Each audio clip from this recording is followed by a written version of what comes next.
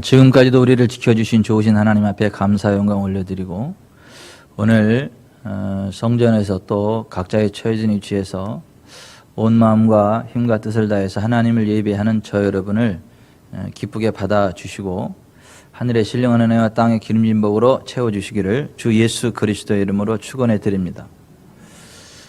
온 우주 만물을 지으신 분은 선하신 주 여호와 하나님이십니다. 선하신 주 하나님께는 어둠이 없습니다. 질병과 저주와 압박이 없습니다. 그 하나님이 계신 하나님 나라 천국은 의와 평강과 희락이 넘쳐나고 모든 것이 풍족한 넉넉함이 있는 나라입니다. 그런데 하나님이 만드신 이 세상에 여러 가지 질병과 저주와 압박이 오고 고통, 전쟁, 슬픔의 일들이 계속해서 반복적으로 일어나고 있는 이유는 하나님의 형상대로 지음받은 사람들이 하나님을 떠나고 하나님의 말씀에 불순종하고 각기 제 길로 가기 때문에 하나님이 주시는 영광이 차단되고 하나님이 주시는 권능이 차단되기 때문에 전기가 아무리 많아도 전선이 끊어지면 그 전기 혜택을 볼 수 없는 것처럼 선하신 하나님, 복의 근원이신 하나님, 빛의 근원이신 하나님, 치유의 근원이신 하나님과 우리 사이가 죄악으로 끊어졌기 때문에 그 하나님의 영광 안에 거하지 못하고 하나님의 생명과 복 안에 거하지 못하고 그 결과로 이 세상에 여러 가지 빛과 어두움과 전쟁과 고통과 압박이 역사하고 있다는 것이고, 하나님은 그럼에도 불구하고 여전히 우리들을 사랑하시죠. 그리고 우리들에게 생명 주시기를 원하고 우리들을 치유해 주시기를 원하고 우리에게 풍성한 삶을 주기를 원하십니다. 그래서 그 하나님과 사람 사이에 장벽으로 자리하고 있는 죄의 문제를 해결하기 위하여 이 땅에 보내주신 하나님의 독생자가 있는데 그분이 예수 그리스도세요.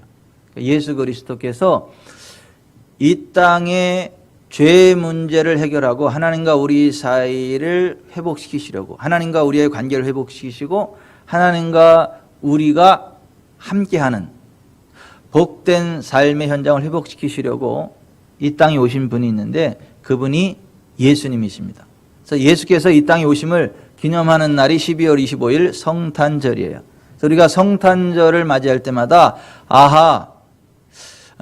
하나님과 우리 사이에 맡겼던 죄의 문제를 해결하러 이 땅에 오신 예수님, 죄로부터 우리를 구원해 내셔서 하나님과 함께하는 복된 삶으로 인도하기 위하여 이 땅에 오신 예수님, 그 예수님을 깊이 묵상하고 생각하면서 그 예수님께로 나아가고 우리와 함께 하시는 하나님의 은혜를 누리게 되는데요, 그것을 기억하게 하는 날이 해마다 12월 25일 성탄절이에요.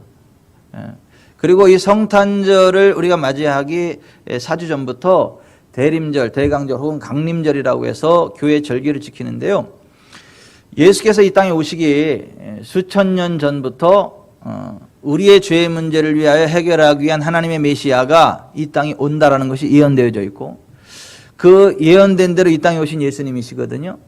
그리고 예수님이 이 땅에 오시기 전에 구약 성경에 예언된 메시아 예수님을 알고 있었고 기다리고 있었지만 실제로 예수님이 이 땅에 오셨을 때 그 예수님을 만나고 예수님이 메시아임을 알아보고 메시아로 받아들이면서 예수님 안에서 함께 하시는 하나님의 은혜를 누린 사람들이 있지만은 그렇지 못한 사람들이 훨씬 많았다. 구약에 기록된 이 땅에 오실 메시아를 알고 있었고 믿고 있었고 기다리고 있었지만 그런 사람들 가운데 실제로 이 땅에 오신 예수님을 맞이했고 만났고 그 은혜를 누리는 사람이 너무 적었다 라고 하는 것이 2000년 전 예수님 초림의 사건 때 있었던 일이고요, 그 동일한 성경이 말하기를 예수께서 우리를 위하여 아름다운 하나님 나라 처소를 예비하면 이 땅에 다시 와서 우리를 영접하여 이 땅에서 천년왕국을 이루게 하시고 천년왕국 이후에 새하늘과 새 땅 영원한 천국으로 우리를 인도하신다고 약속하고 있는데 그 재림의 예수님을 믿고 기다리는 사람들 가운데에도 여전히 예수님 재림할 때 버림받는 사람이 있다. 예수님을 맞이하지 못할 사람이 있다.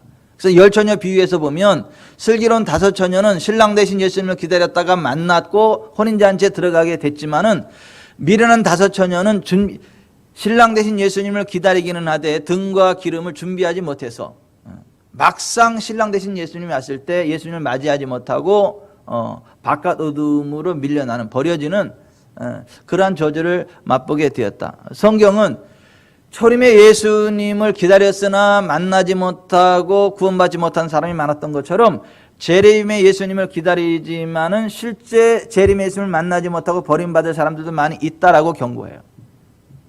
그래서 우리는 해마다 이 성탄절이 될 때마다 다시 오실 예수님을 맞이하기 위한 준비가 정말 우리들에게 되어 있는지, 정말 예수님 재림할 때 신랑 되신 예수님을 맞이했던 슬기로운 다섯 처녀와 같이 정말 우리에게 등과 기름이 준비되어 있는지, 예수님 재림하실 때 기쁨으로 주님을 맞이할 준비가 되어 있는지를 점검하는 그러한 시간을 갖고 있는 것입니다. 그래서 우리가 이 대강절을 맞이할 때마다 4번에 걸쳐서 이 대강절에 관한 메시지를 선포하고 있는데, 지난 11월 29일 대강절 첫 주일에 우리를 죄로부터 건져내셔서 하나님이 우리와 함께 하시는 은혜의 자리로 이끄는 영원한 우리의 친구 되시는 예수님, 임마누엘의 예수님에 관한 메시지가 선포되어졌고요. 지난주 12월 6일에는 두 번째 주일에는 목자들이라는 주제로 예수께서 이 땅에 오신 소식이 수많은 직업군들 가운데 목자들에게 먼저 전달되어졌다라고 하는 거예요. 왜 그랬느냐? 예수님이 길을 잃고 헤매이는 우리들의 목자로 오셨기 때문에 예수님의 탄생 소식이 목자들에게 제일 먼저 전달되었다. 근데 목자도 목자 나름이에요. 목자들 가운데도 그 어떤 불성실한 목자가 있고요, 사꾼이 있고요, 선한 목자가 있는데, 선한 목자는 양들을 위해서 불철주야로 수고하고 필요하다면 양들을 위해서 자기 목숨까지 던져버림으로 양들의 목숨을 구하는 목자가 선한 목자인데, 예수께서 이 땅에 오셨던 그 소식이 밤에 밖에서 자기 양떼를 지키던 목자들에게 제일 먼저 전달되어졌어요. 선한 목자들에게 전달되어졌다는 거예요.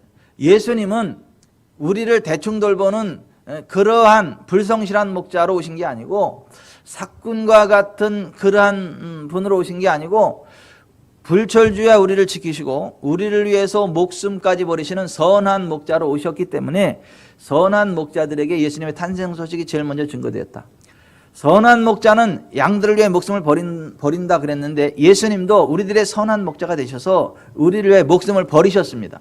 예수님 십자가 지심으로 자기의 목숨을 버리셨어요. 왜요? 길을 잃고 헤매이는 양과 같은 우리들에게 생명을 주시려고. 그래서 여러분, 예수님이 우리들의 선한 목자가 되시고 우리를 위해 죽어주셨고 부활하셨기 때문에 세상 끝날까지 우리와 함께 하시는 주님임을 믿으시기 바랍니다. 그래서 그 주님이 함께하면 불 가운데 지날지라도 불꽃이 우리를 사르지 못합니다. 물 가운데 지날지라도 물이 우리를 침몰치 못합니다. 선한 목자 되신 예수님이 우리와 늘 함께하기 때문에 예수 믿는 사람들에게는 세상이 이해할 수 없는 초자연적인 기적들이 상식으로 일어나요. 의학적으로 안 되는데 치료되는 역사가 나타납니다. 과학적으로 이해가 안 되는데 되는 역사들이 나타나요. 예전에 우리 교회에 한 성도가 중국 합작으로 어떠한 프로그램을 개발해내는데 그 중국어 잘 통하지도 않고 같이 영어로 해가지고 하는데 이게 잘 통하지도 않고 시간은 닥쳐오고 이게 도저히 붙잡아도 해결이 안 되더래요. 그래서 다 내려놓고 무릎을 꿇고 기도했대요. 주님께 도와달라고. 근데 기도하고 났더니 즉시 해결이 되더래요. 이게 그냥 지혜가 파박 따지고 파박 해결이 되더래요. 여러분, 이게 논리적으로 설명이 안 되는 거. 그런 식으로 우리들의 선한 목자 되시는 예수 그리스도, 그분이 늘 우리와 함께하기 때문에 물 가운데 지날지라도 물이 우리를 침몰치 못하는 초자연적인 역사가 나타나고요, 불 가운데 떨어져도 불꽃이 우리를 사르지 못하는 초자연적인 역사들이 나타납니다. 성경에서도 그렇고 지금 이 시대에도 그렇습니다. 예수님은 우리들의 선한 목자로 오셨다. 그래서 선한 목자들에게 예수 그리스도의 탄생 소식이 제일 먼저 증거되었다. 이거 지난주에 선포된 메시지예요. 오늘은 대강절 세 번째 메시지로 따라서 합시다. 예수 그리스도께서 베들레헴에 왜 오셨나? 부사가 앞에 들어있다. 왜 베들레헴에 오셨나? 예, 오늘은 예수 그리스도께서 왜 그 수많은 지역들 가운데 떡집, 베이틀레헴, 떡집이라고 하는 한국말로 병점이 되겠죠? 왜 예수 그리스도께서 병점에 오셨나? 또 졸다가 또 병점에 가서 예수님 찾지 마세요. 자, 우리말로 베이틀레헴은 병점이에요. 떡집. 근데 예수 그리스도께서 왜 떡집에 오셨나? 우리들의 생명의 떡으로 오셨기 때문에 예수께서 떡집에 오셨다. 결론은 그렇습니다. 여러분, 이 베들레헴은 누가복음 2장 4절부터 6절에 보면 유대 땅 베들레헴이 나오는데 예루살렘 남쪽으로 8km 정도 떨어진 곳이죠.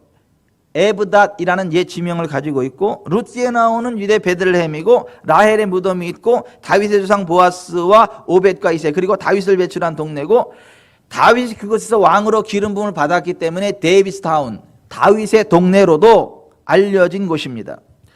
하나님은 예수님 당시에 복잡한 국제 정세를 통해서 예수 그리스도께서 유대 베들레헴에서 출생하도록 유도하셨습니다. 예수님이 베들레헴에서 자라지 않았거든요.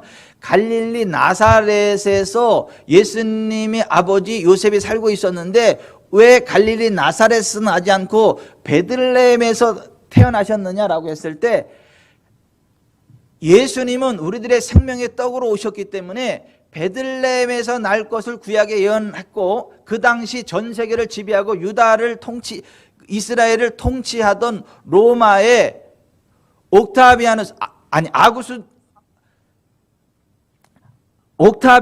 우리 성경에는 아구스토라고 되어 있는데 정확하게는 옥타비아누스, 발음이 좀 그래요. 하여튼 카에사르 옥타비아누스가 그 당시 식민지하에 있던 모든 사람들에게 고향으로 돌아가서 호적을 하라는 명을 내렸어요. 그 명에 따라서 갈릴리 나사렛에서 생활하던 예수님의 아버지 요셉이 그 조상 다윗의 동네, 조상들의 땅, 고향인 베들레헴으로 가다가 베들레헴에 가서 예수님을 출산할 수밖에 없었다. 이게 하나님이 개입하셔서 그렇게 하신 거예요. 그 어떤 메시지를 주시기 위해서. 이게 하나님은 어떤 메시지를 주기 위해서, 또한 우리에게 유익을 주기 위해서 우리들의 삶의 현장까지도, 제도까지도 바꾸는 걸 믿으시기 바랍니다. 여담으로 말하자면, 제가 아는 목사님이 예전에 필리핀에 무역업을 한참 하다가 중장비 수출하는 그걸 하다가 쫄딱 망했어요. 빚을 엄청 많이 졌는데, 은행 빚을 졌는데 평생 갚아도 못 갚을 빚이에요. 근데 그 목사님이, 목사 되기 이전입니다. 신학생 시절이에요. 그렇게 했는데 나중에 이 복음을 깨닫고 하나님 앞에 기도하기를, 하나님은 내 문제 해결하기 위해서 나라 제도까지 바꾸시는, 법까지 바꾸실 분으로 나는 믿습니다. 내 힘으로 해결할 수 없사오니 하나님 법을 바꿔서라도 이 문제 해결해 주시옵소서. 그렇게 고백하고 기도하고 선포했대요. 그랬더니 그때 당시가 김대중 정부 때였는데, 갑자기 김대중 정부에서 한시적인 법을 냈는데, 경제특별조치법을 냈는데, 자기 힘으로 도저히 해결할 수 없는 그러한 사람들 가운데 몇을 선별을 해가지고 은행에 와서 하루에 몇 시간씩 몇 개월을 일하면 그걸 얼마로 쳐가지고 탕감해주는 그런 제도가 한시적으로 생겼어요. 거기에 그분이 당첨이 됐어. 그래서 은행에 가서 몇 개월 일하고 나니까 그 빚이 다 탕감이 돼버렸어. 그 빚이 탕감되고 나니까 그 한시적인 조치법이 끝나버렸어. 그러니까 정말 그분의 문제를 해결하기 위해서 나라 법까지도 바꿔버려서 해결하더라는 거예요. 그런가 하면 미국 9.11 테러 때 정말 하나님을 사랑하는 신실한 사람이 출근을 하는데, 그날따라 갑자기 막 트래픽, 교통 혼잡이 벌어져가지고 전진이 안 되는 거야. 늦으면 이제 회사 잘리는 거예요. 근데 막 얼마나 이게 막 애 같아요. 그래서 하나님, 나 지금 오늘 일찍 했는데 왜 이렇게 트래픽이 심하냐고, 나 빨리 좀 가게 해달라. 근데도 안 풀려. 근데 그 시간에 쌍둥이 빌딩에 테러가 벌어져가지고 불이 무너져 내린 거예요. 그래서 그 사람은 그래서 살았어. 그러니까 하나님이 막아버린 거야, 못 가게. 그런 식으로 하나님께서 어떤 상황 가운데 특별히 개입하시는 경우들이 있어요.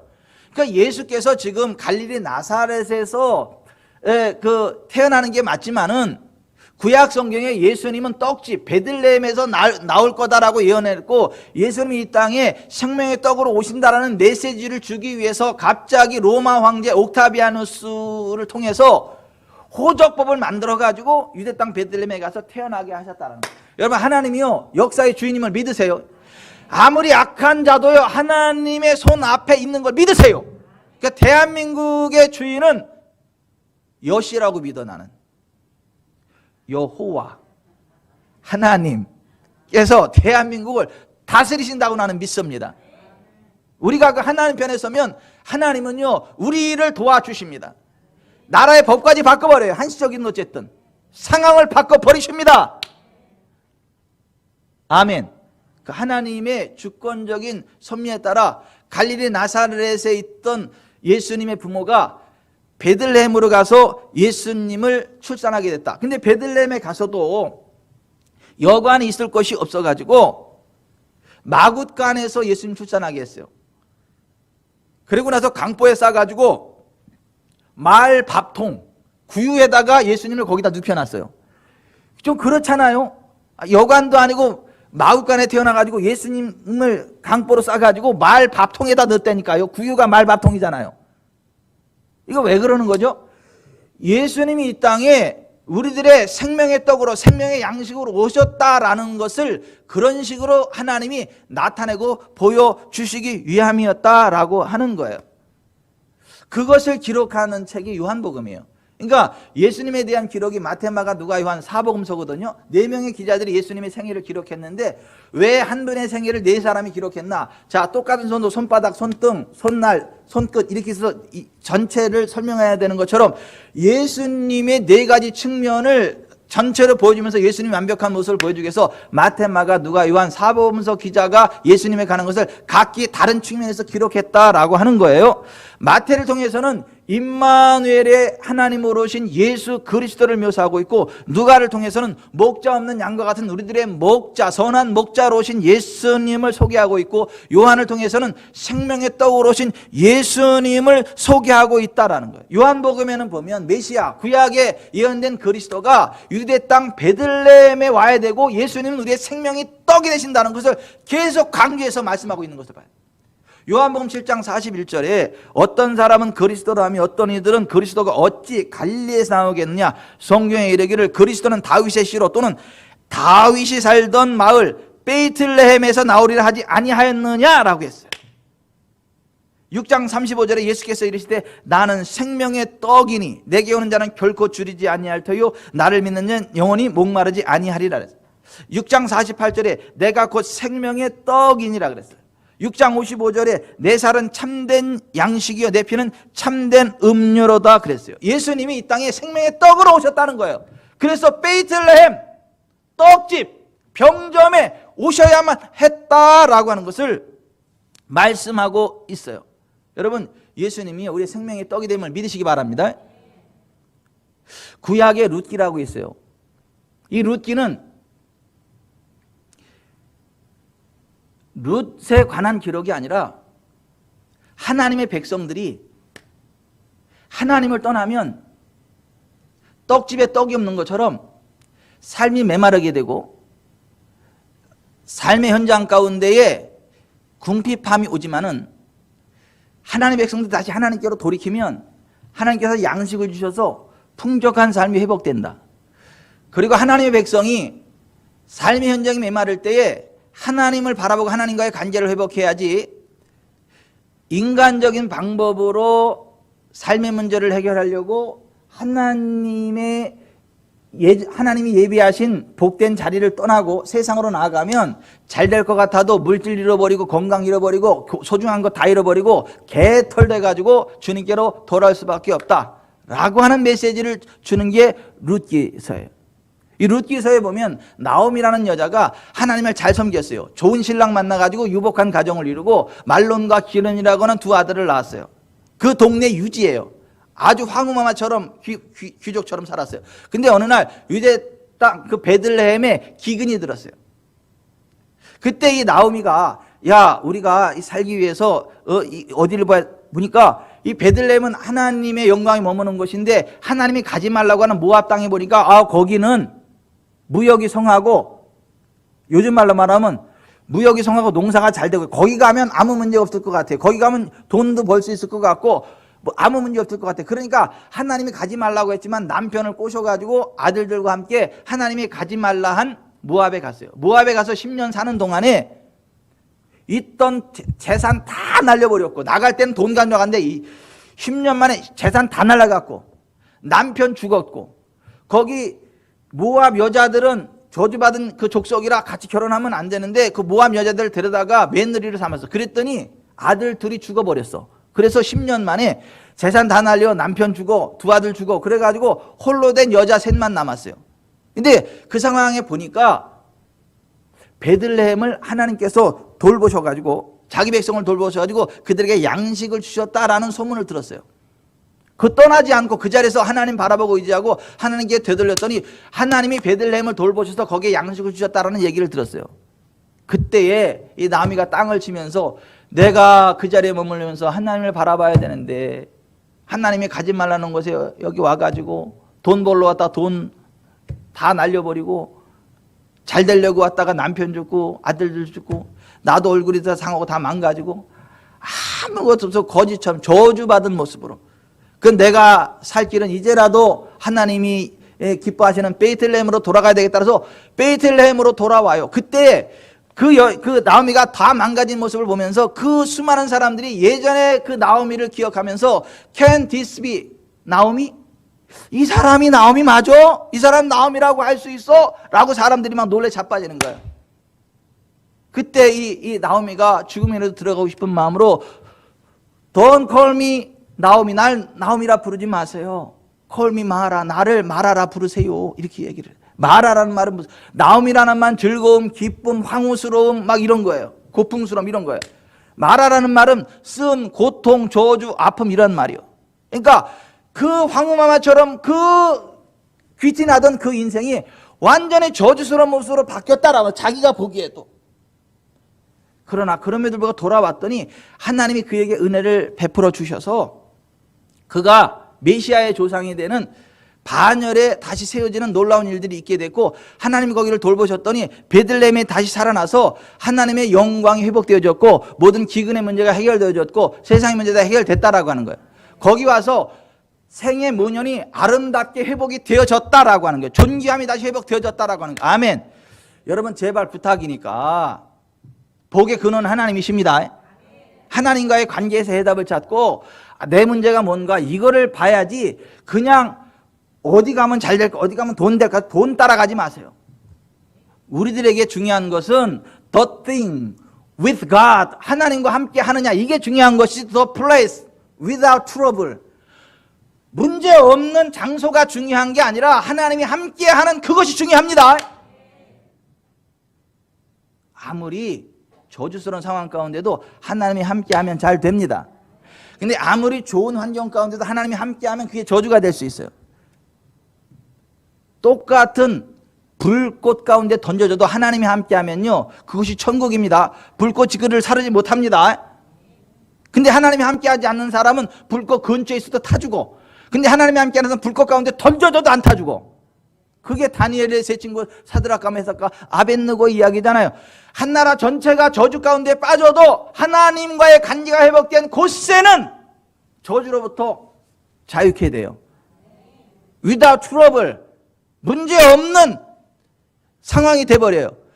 여러분 우리가 일평생 살아가면서 문제 없는 장소를 찾아 헤매지 말고 복된 장소를 찾아 헤매지 말고 하나님과 함께하는 그곳에 머물길 바랍니다. 하나님이 함께하는 그 자리에 서길 바랍니다. 그러면 환경을 초월하는 하나님의 은혜와 복이 있다라고 하는 거예요. 어쨌거나 베들레헴에 기근이 들었는데 하나님이 돌보셔서 양식을 주셨고 그 땅이 회복되어졌다라고 하는 거예요. 그런 식으로 자, 이 땅 가운데에 하나님을 떠나서 저주 가운데 있는 이 땅에 예수님이 생명의 떡으로 오셨습니다. 아멘. 그래서 베들레헴에 오신 거예요. 베들레헴에.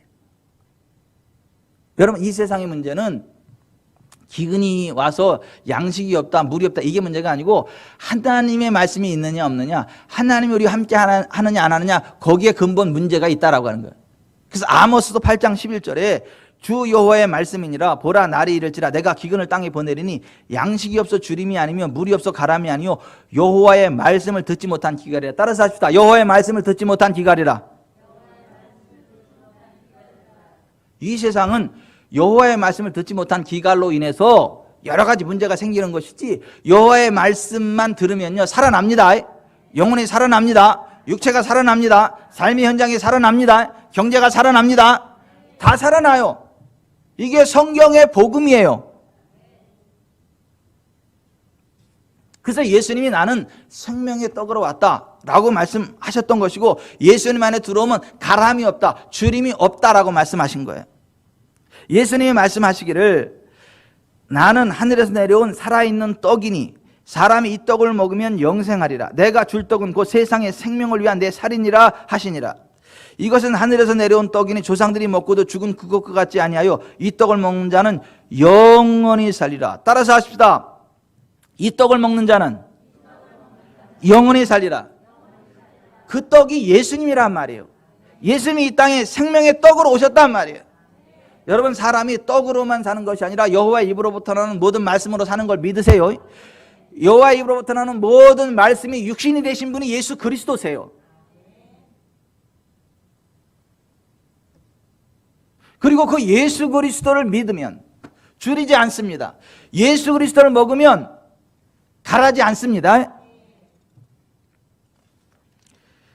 예수께서 이르시되 나는 생명의 떡이니 내게 오는 자는 결코 줄이지 아니할 터이요 나를 믿는 자는 영원히 목마르지 아니하리라. 여러분, 이 말씀 믿으세요.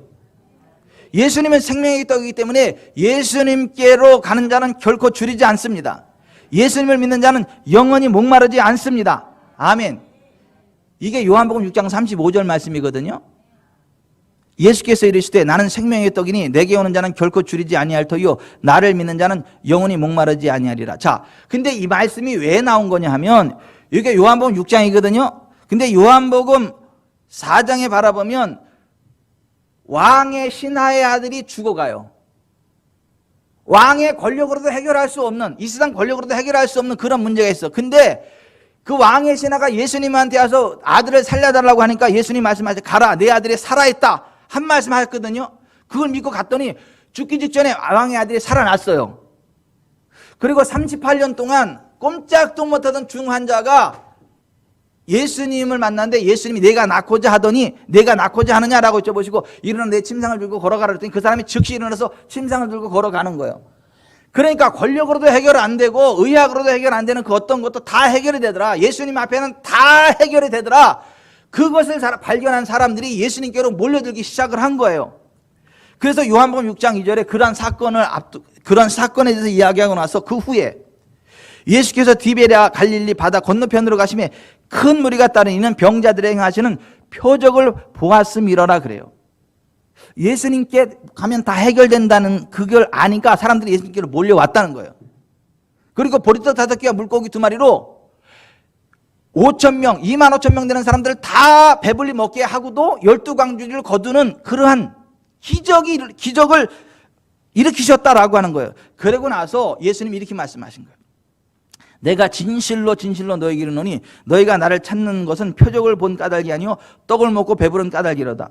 썩을 양식을 위하여 일하지 말고 영생하도록 있는 양식을 위하여 하라. 이 양식은 인자가 너에게 주리니 인자는 아버지 하나님께서 인치신 자니라 그랬어요. 자, 잃어버려지는 썩어 없어지는 양식을 위하여 일하지 말고 영생하도록 위하여 있는 양식을 위하여 일하라 그랬어요. 그랬더니 이 사람들이 이렇게 질문하는 거예요. 우리가 어떻게 해야 하나님의 일을 하오리까? 이렇게 물어봐요. 그때 예수님이 이렇게 말씀하세요. 하나님께서 보내신 일을 믿는 것이 하나님의 일이니라. 따라서 하십시다. 하나님께서 보내신 일을 믿는 것이 하나님의 일이니라. 그랬더니 그들이 또 묻기를 그러면 우리가 보고 당신을 믿도록 행하시는 표적이 무엇입니까? 하시는 일이 무엇입니까? 기록된 바 하늘에서 그들에게 떡을 주어 먹게 하셨다는 것 같이 우리 주상들은 광야에서 만나를 먹었나이다. 이렇게. 그때 예수님 말씀하시기를 내가 진실로 진실로 너희에게 이르노니 모세가 너희에게 하늘로부터 준 떡을 준 것이 아니라 내 아버지께서 너희에게 하늘로부터 참떡을 주시나니 하나님의 떡은 하늘에서 내려 세상에 생명을 주는 것이니라고 합니다. 그랬더니 그 사람들이 주여 우리에게 이 떡을 항상 우리에게 주소서라고 합니다. 그때 예수님이 하신 말씀이 나는 생명의 떡이니 내게 오는 자는 결코 줄이지 아니할 터이요 나를 믿는 자는 영원히 목마르지 아니하리라는 말씀을 하셨던 거예요. 자, 여기 좀 보세요. 간단하게 말할게요. 광야 이스라엘 백성들이 하늘에서 내리는 만나를 먹고 살았어요. 그 만나를 먹었더니 질병 없는 몸이 돼버렸어요. 그 만나를 먹고 살았더니 40년 동안 의복이 헤어지지 않았어요. 발이 부르트지 않았어요. 반석에서 물이 나왔어요. 하나님의 영광 가운데 부족함이 없는 삶을 살아갔어요. 그들이 하나님께 범죄하지 않는 한, 하나님 인재 안에 있는 한 그렇게 됐단 말이에요. 근데 그것은 하늘로서 내려온 생명의 떡이신 예수님 안에서 우리가 누릴 일에 대한 예표였고 그림자였다라고 하는 거예요. 생명의 떡으로 오신 예수님을 믿으면요, 질병 없는 몸이 됩니다. 가난 없는 삶이 됩니다. 하나님의 영광 가운데로 나아가는 그러한 복된 삶이 됩니다. 그게 예수님이 생명의 떡이다라는 의미인 거예요. 그래서 요한복음 6장에서 예수님이 생명의 떡이다 그것을 말씀하셨는데 7장에서는 예수님을 믿는 자는 그 배에서 생수의 강이 흘러나오는 성령 충만의 삶을 살게 된다. 자, 광야의 만나를 먹고 반석에서 물이 나왔잖아요. 그죠? 모든 문제가 다 해결됐잖아요. 예수님, 생명의 떡이신 예수님을 믿고 먹으면 그 배에서 생수의 강이 흘러넘친다. 성령님의 기름 부음과 권능으로 역사해서 삶에 가람이 없는 풍족한 삶이 된다라고 하는 거예요. 아멘. 8장에서는 음행 중에 잡혔던 사망의 어둠 속의 여자가 예수님으로 말미암아 죄 용서함 받고 생명의 빛 가운데 살아가게 되었다는 것을 기록해요. 예수님 안에 들어오면요, 죄가 끊어집니다. 생명의 빛 가운데로 나아가게 돼요. 향기 나는 삶이 돼버린다는 거예요.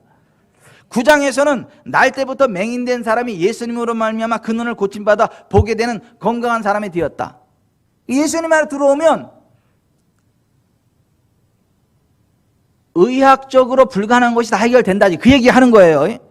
10장에서는 예수께서 이 땅에 오신 목적은 목자 없는 양과 같은 우리 인생들에게 참 목자가 되셔서 생명을 얻게 하고 더 풍성히 얻게 하려는 것이었다라는 것을 말씀해요. 11장에서는 죽은 지 나흘 된 나사로를 살리시면서 예수님이 곧 부활이요 생명이라고 말씀하세요. 그러니까 인생 가운데 일어나는 모든 문제의 해답이 예수님께 있다는 거예요. 아멘. 인생 가운데 일어나는 모든 저주가 예수님 안에서 해결된다는 거예요.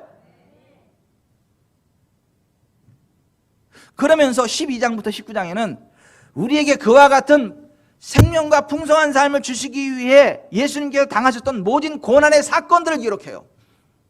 그리고 십자가에 매달려서 맨 마지막에 19장 30절에 레스타이 모든 것들이 다 이루어졌다. 저주의 값이 다 지불되어졌다. 그래서 예수님 안에 생명을 얻게 하고 더 풍성함을 얻게 되는 모든 조건이 충족되어졌다는 걸 선포해요. 아멘. 그리고 요한복음 20장에서 부활의 주님을 소개하면서 결론적으로 예수께서 제자들 앞에서 이 책에 기록되지 아니한 다른 표적도 많이 행하셨으나 오직 이것을 기록하면 너희로 예수께서 하나님의 아들 그리스도심을 믿게 하려 하며 또 너희로 믿고 그 이름을 힘입어 생명을 얻게 하려 함이니라. 그러고 나서 21장에 한 장이 추가되는데 부활의 주님은 우리의 삶의 현장에 나타나 우리의 모든 필요를 채워주시는 분으로 그리고 그의 제자들을 통해 양과 같은 당신의 자녀들을 양육해 가시는 분으로 소개해주고 있다라고. 쉽게 말하면 예수님 안에서는 모든 문제 다 해결된다는 거예요. 생명의 떡이신 예수님을 믿고 예수님을 먹고 예수님을 믿으면 결코 줄이지 않는다. 결코 가라지 않는다. 넉넉한 삶을 산다. 강건한 삶을 살아간다. 부유한 삶을 살아간다. 아멘. 지금 그 말씀 하시는 거예요. 근데 많은 사람들이 예수님을 그렇게 안 믿습니다. 단지 죄사함 정도의 예수님으로 믿어요. 단지 천국 가게 하는 정도의 예수님으로만 믿지 우리의 삶을 총체적으로 회복시키시는 생명의 떡 되시는 예수님을 안 믿어요. 근데 그걸 믿으세요. 그게 예수님이 베이틀레헴 떡짐 병점에 오신 이유라고요. 그 메시지라고요. 한때 성실한 자매 청년으로 10년 넘게 신앙생활을 했지만 기쁨이 없었고 형식적인 기독교인으로 살아갔었던 한 여청년이 우리 지구촌 사랑교회에 출석하게 되었죠.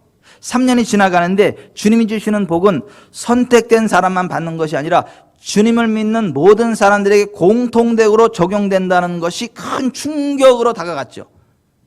그래서 그때 충격을 먹으면서 그래? 그럼 나도 적용되는 거구나. 그래? 나도 치유받는 거구나. 그래? 나도 부자 되는 거구나.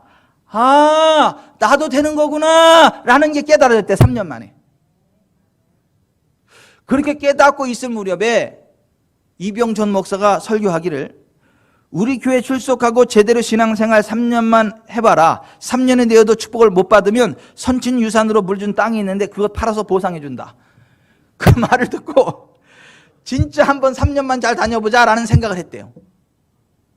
그러던 어느 날 예배 시간에 지옥은 반드시 있습니다라는 설교를 듣고 그 순간에 그의 영과 혼과 육이 각성돼 버렸어요. 지옥이 정말 실제가 돼서 그의 몸에 느껴졌고 그날은 잠도 못 자고 뒤척거리고 잠이 들어도 소스라치게 놀라 깨기도 했다는 거예요. 그리고 그를 만드신 하나님은 그가 건강하게 부자로 장수함에 살기를 원하시는 분이시고 또 자신에게 필요한 모든 자원을 모두 예비시켜 놓았다는 것도 알게 되었다는 거예요. 그 하나님의 진리를 아는 순간 조용하면서도 강하게 바뀌어지는 삶의 지각 변동이 일어났다는 거예요. 그리고 그 결과로 건강해졌대요. 물질이 회복이 되었대요. 다른 사람들을 평가하고 비판하지 않는 사람이 되었대요. 날이 갈수록 더 잘 되어지고 윤택해지는 평안한 삶을 살아가게 되었대요. 그렇게 간증하고 나서 대한민국에서 제일 잘 나가는 1등급 믿음의 청년을 만나가지고 아름다운 연애가 시작이 됐어. 그리고 저와 함께 결혼 예비 학교를 했어. 우리 교회 데리고 와가지고. 딴딴딴딴 딴딴딴딴 딴따다다다다다다다다 신랑 신부 하는요. 네! 신부 하면 신랑 하는요. 네! 그리고 신혼여행을 갔어. 허니문 베이비로 보석 같은 쌍둥이 아들을 가졌어.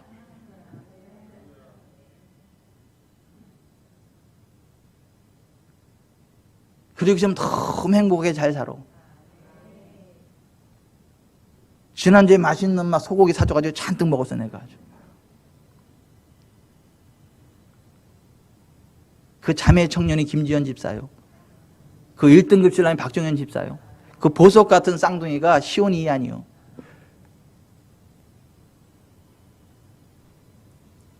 예수님이 생명의 떡으로 오셨다고.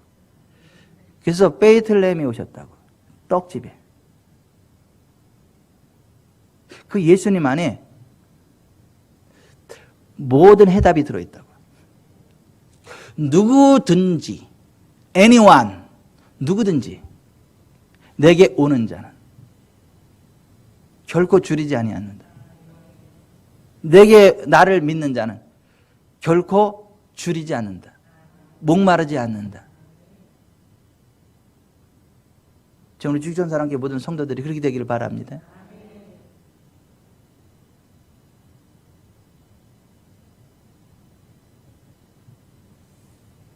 우리가 성탄절을 맞이하면서 임마누엘의 주님으로 오신 예수님을 바라봐야 돼요. 늘 우리와 함께 하시는 하나님의 은혜를 누려야 돼요. 그래야 그 사람이 재림 예수님도 맞이하는 거예요. 목자 없는 양과 같은 길 잃고 헤매는 우리들의 목자가 되신 예수님. 예수님이 늘 우리와 함께하는 그러한 분이다라는 걸 믿고 주님과 동행하셔야 돼요. 예수님은 우리의 생명의 떡으로 베이틀레헴에 오셨다. 예수님 안에 더 이상 문제가 아니다. 우리에게 풍성한 삶이 펼쳐진다. 영과 혼과 육과 재정과 현세와 내세에 정체적인 회복과 부흥을 주시는 분이 예수 그리스도다. 그것을 믿으시기 바랍니다. 그 은혜를 누리시기 바랍니다. 그러한 사람들이 재림의 예수님을 맞이하게 되는 거예요. 만약에 그 자매가 우리 지구촌사랑교회 안 나왔고 이 복음을 듣지 못했다면 그와 같은 복이 없어요. 지난주에 2시간 넘게 우리 교회 예배드리러 온 두 가정이 있어요. 이병천 카페 회원이요. 문제들이 해결이 안 돼가지고 그 문제 해결하러 우리 교회까지 온 거예요. 2시간 넘게.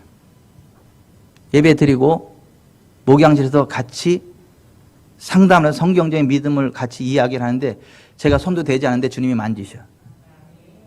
등에 뼈가 튀어나왔는데 거기가 막 욱신욱신 아프고 막 그래요.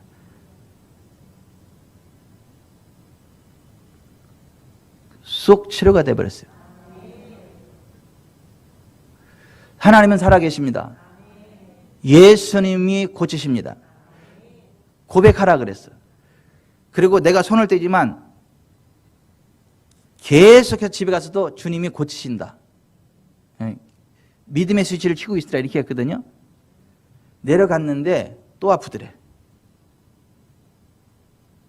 근데 성경적인 믿음으로 치고 일어섰대. 들은 메시지가 있잖아. 치고 일어섰대. 그랬더니 월요일날 출근을 하는데 갑자기 뼈가 우두두두둑 그냥 소리가 나면서 두두두둑 하면서 이렇게 맞췄대. 가다 깜짝 놀래가지고 그냥 이렇게 딱 섰대. 깜짝 놀랐대. 그 보니까 완전히 우두두두둑 맞춰진 거야. 너무너무 좋아가지고 그 데리고 온 그 이순환 권사한테 전화해가지고 지금 이런 일이 있었다고 막. 그 전화를 받고 또 나하고 통화를 했어, 또 권사님이.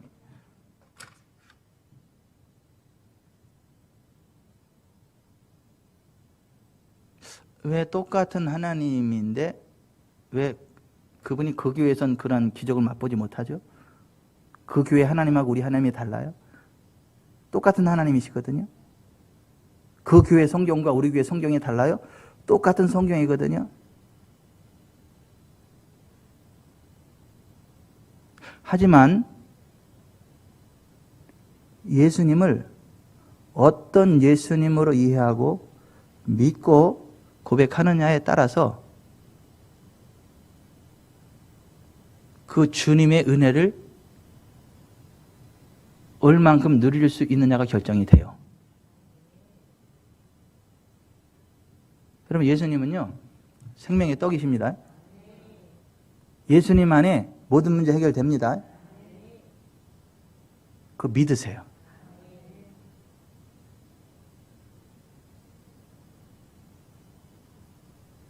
가난하고 병들고 찌든 삶이 그게 정상이 아니라고요.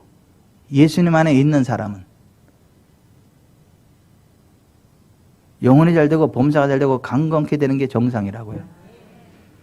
예수님 안에 있는 우리에게는 모든 것들이 예비되어져 있습니다. 우리를 이기게 하십니다. 아멘. 그래서 우리는 옥회의 삶이지 절대 근심 걱정의 삶이 아니에요. 유쾌, 상쾌, 통쾌, 명쾌, 완쾌한 삶이 크리스천스 라이프, 그리스도인의 삶이에요. 주님 내길 예비하시니 나 기뻐합니다.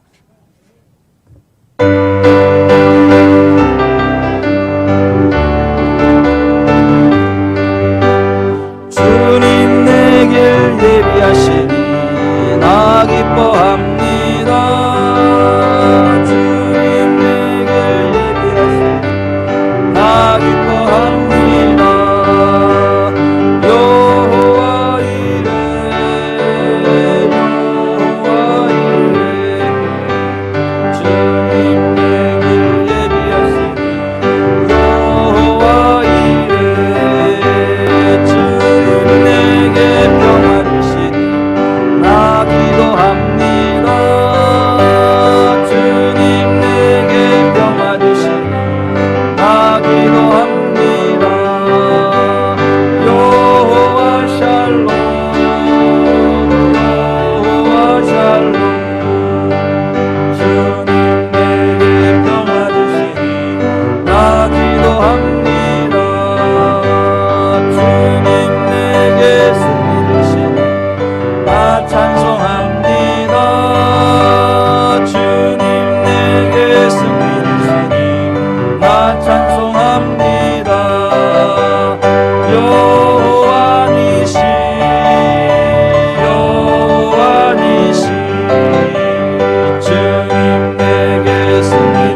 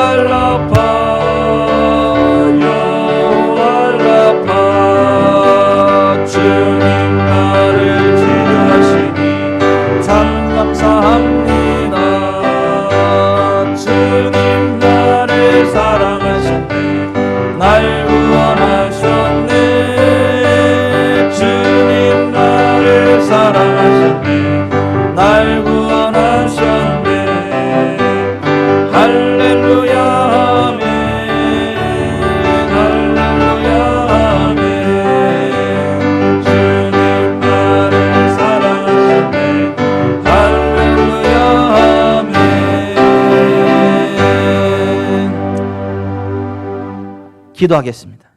가슴에 손을 얹으세요. 예수님 안에 부족 없습니다. 예수님 안에 저주 없습니다. 예수님 안에 질병 없습니다. 예수님 안에 압박 없습니다. 예수님 안에 지옥 없습니다. 예수님 안에 참 생명이 있습니다. 예수님 안에 치유가 있고, 예수님 안에 회복이 있고, 예수님 안에 부흥이 있고, 예수님 안에 자유가 있고, 예수님 안에 기도 응답이 있고, 예수님 안에 형통함이 있습니다. 죽은 땅이 살아납니다. 깨졌던 인간관계가 회복이 되어집니다. 무너졌던 사업이 회복됩니다.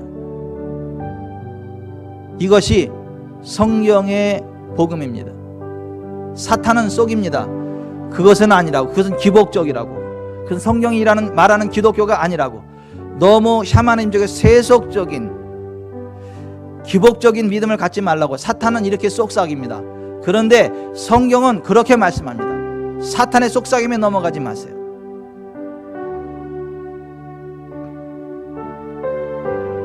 지난주에 오셨다 가셨던 권사님이 그렇게 오래 신앙생활해도 그러한 것들을 모르고 그냥 그게 당연한 줄 알고 살았는데, 아, 그게 문제였네요. 다시 한번 깨달았다. 우리는 예수 이름으로 거부할 권세가 있어요. 죄를 이길 권세가 있어요. 질병을 이길 권세가 있어요. 가난을 이길 권세가 있어요. 귀신을 이길 권세가 있어요. 저주를 끊어낼 권세가 있어요. 하나님의 나라를 이 땅에 끌어올 권세가 있어요. 하나님의 영광을 이 땅에 끌어올 권세가 있어요. 예수 이름으로. 하나님, 내가 예수님 안에 그와 같은 복된 삶을 살아가겠습니다. 가난하고 병들고 찌들고 고난스러운 삶이 아니라 생명의 떡이신 예수님 안에서 참 자유와 참 평강과 참 기쁨과 참된 건강과 참된 부여와 영광의 길을 걸어가겠습니다. 도와주십시오. 기도하겠습니다.